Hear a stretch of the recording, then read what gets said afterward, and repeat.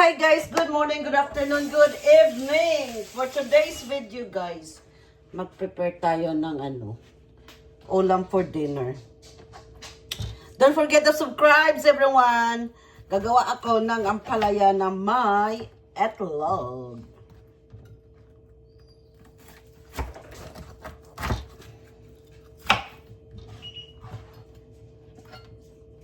Hinog na yung Pwede na tanim Ay, hinog, yes! Pwede natin itabi yung seeds, guys. Itabi natin yung seeds, pwede natin to itanim. Yes. Yes, yo. Itanim natin yung seeds. Tapos, alisin natin. Yung ganito, ayan na, inano ko na po lahat. Tapos hiwain po natin. Hiwa to the hiwa. Ganito. Hiwain natin yan, guys. Ayan, guys, tapos na po natin hiwain. Lagyan po natin siya ng salt.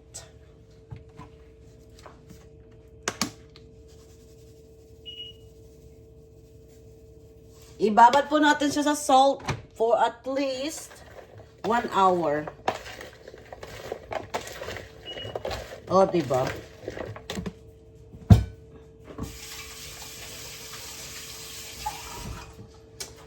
And then, for the meantime, while we wait, kalambot po siya, maghiwa tayo ng mga lamas. Lamas pa more. Ito nilagay para diretso na po sa... Hinugasan ko na po to siya, guys, yung mga kamatis.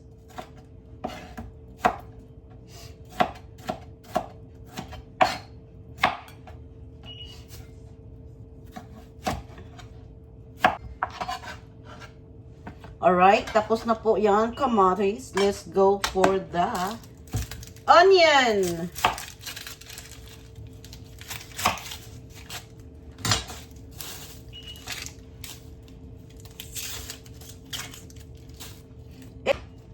Ayan guys, in-slice ko na po yung onions. Dami naman yung onions na to. Kaya mo na. Inubos ko yung isa eh. And then garlic.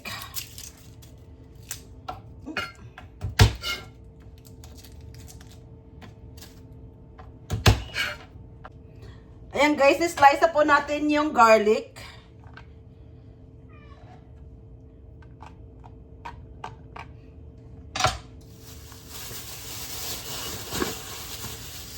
Yung basura.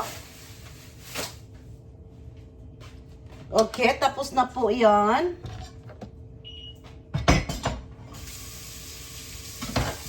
Isa po ako nitong pampanot. Paksiw po natin, guys. Kasi ayoko ng perito. So, mag-ano pa pala tayo? I forgot. Ginger. More garlic. Ay, natapon ko na yung plastic. Ito na po yung ginger sa aksa. Kapag ako mag-anong gingers, guys, hindi ko siya binabalatan. Hinugasan ko lang siya. Tapos alisin mo na yung mga side-side. And then, hiwa. Ayan, tapos na po yung ginger. Lagyan natin yan dito. And then, more garlic for our paksiw. Tapos, may dalawang jalapeno po ako dito for our paksiw. Hatiin ko siya yung isa. Itong jalapeno, guys, galing po to sa garden namin last year. Nagtatanim po kami every year, guys, kasi mahal po talagang bibilhin dito sa Amerika. So, refreezer po namin yung mga tanim namin every year para makasave. So, hinati-hati ko po siya ng ganito. Ganito lang po. Yung isa po, hatiin lang po natin yan siya ng dalawa. O, ayan na po yan. Tapos yung isda, tunaw na siya. O, malinis na yung isda dito guys. Ang linis. Hiwa. Mapurol ang ating kutsilyo.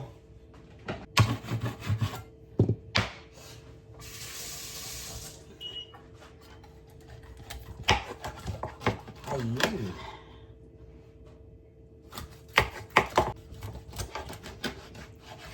Ayan. Ganito na siya. Ilagay na po natin sa kaldero. Itong gamitin natin kasi isa lang naman na isda, no? So, lagyan natin ng doon ka para makita ka na dyan. Yan. So, lagyan na po natin ng ginger, onion, tapos kunting garlic sa ilalim. Ilagay natin yung ulo, tiyan, ang parte ng buntot. O, yung buntot sa taas. And then, ilagay na po natin lahat ng mga ginger. More garlic. The more the merrier. More onions. And then, ito po yung sili, yung jalapeno. Lagay po natin sa taas. And then, ito.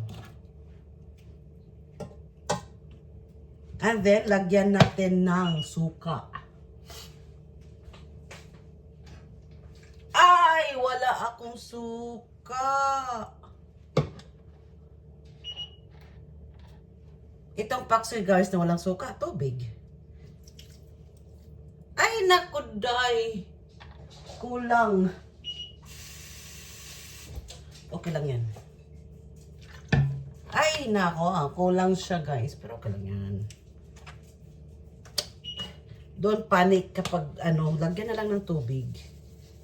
Asin. Black pepper.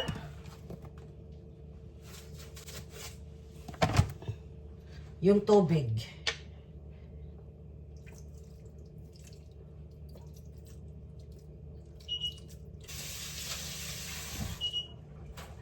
Para-paraan lang yan kapag wala po kayong suka.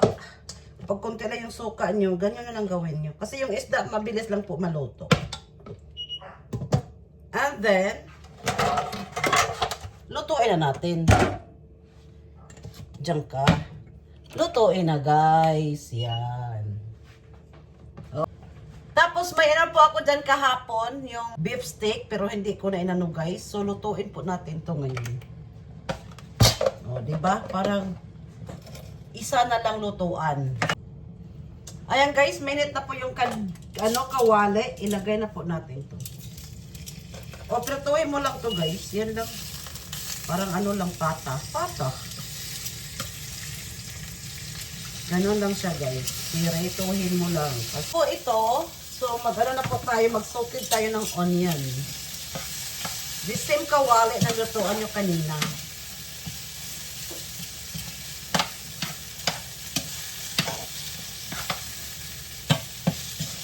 And then, yung sabaw po ng pinaganuhan nyo kahapon, yun po ang ilagay natin dito. Tayo nga po natin na maluto konti po yung onion.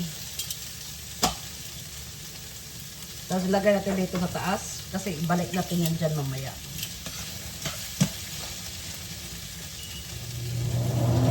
Ito po yung onion, ilagay po natin to ang sabaw.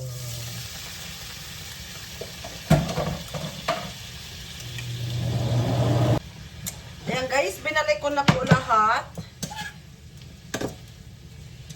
Na lang natin yan na mag-observe sa pa nila. Tingnan natin yung ating paksiw. Ating paksiw. Ayan, ating paksiw. Hindi makita yung paksiw. Ayan guys, yung paksiw. Luto na po yan.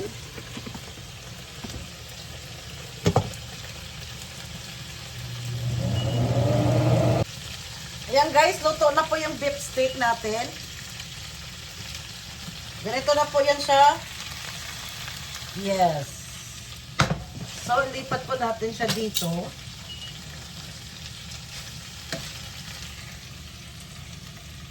Ayan natin yan.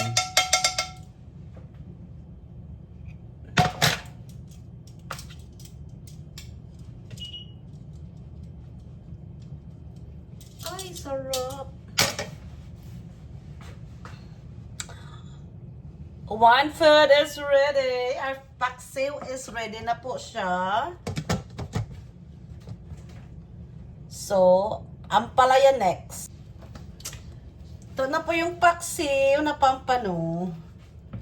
Ready na po siya, guys.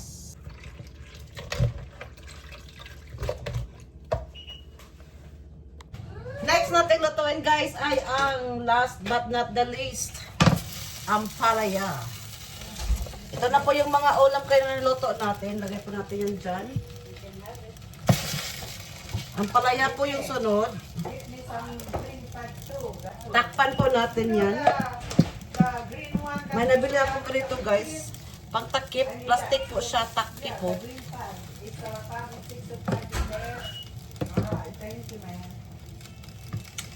Takpan natin yung ulam. Butasan natin kaunti kasi mainit pa po siya.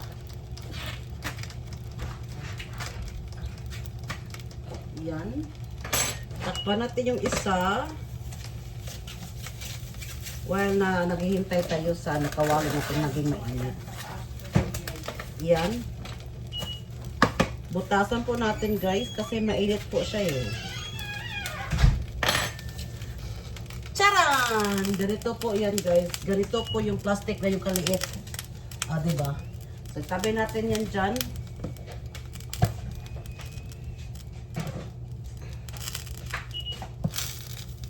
Alright, sa kawali, maglagay tayo ng mantika. Kunti lang. Ayoko ng maraming mantika guys. Kunti. Kunting mantika lang. Hintayin natin na mainit yan.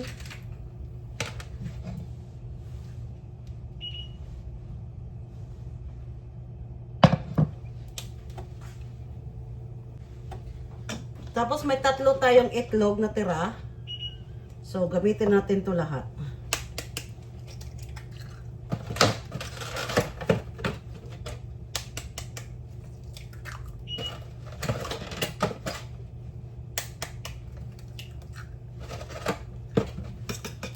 Lagyan po natin konting asin.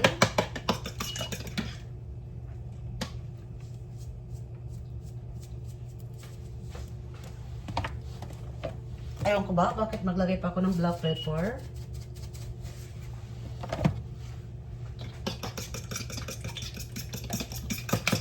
Ganyan po natin. Make sure na mix po lahat talaga yung egg. And then, tapos ito, wala nang naman. Tapos ang basura mamaya.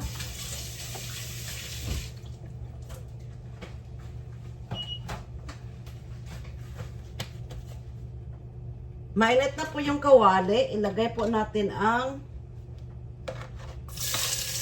bawang.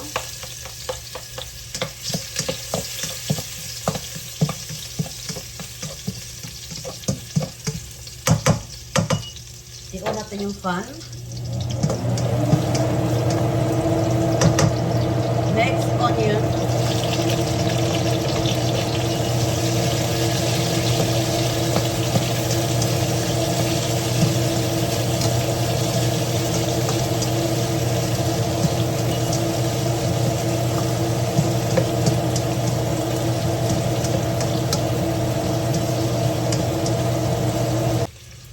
And then, luto na po yung onion natin. Lagyan na po natin ang kamatis.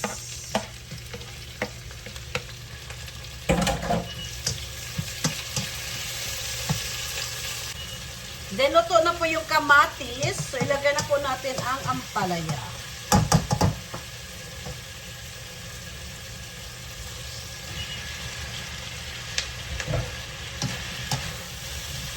haluin sandali.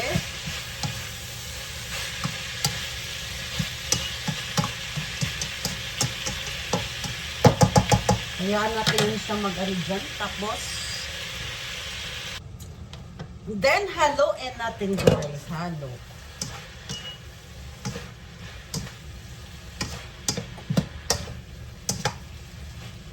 Ako ayaw ko sampalaya guys na lata. Ayan, halo na po yan. Maya ilagay na po natin ang itlog. Lagyan natin ng salt.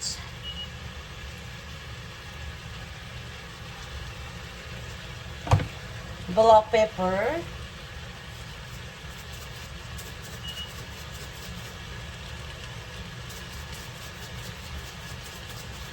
Simple lang po to guys. Very simple. And then, one more halo.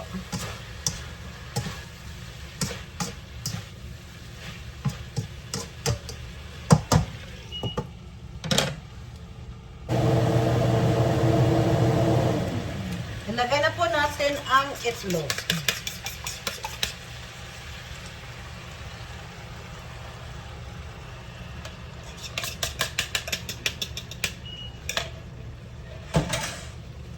Haluin kaunti. Halo. Hanggang ma-mix yung itlog, guys.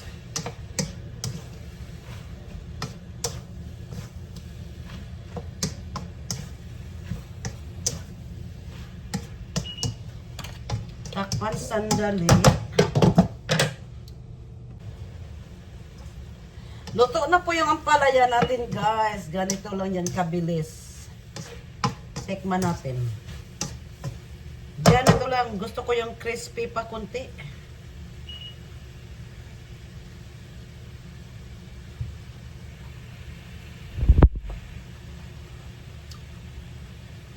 Sarap.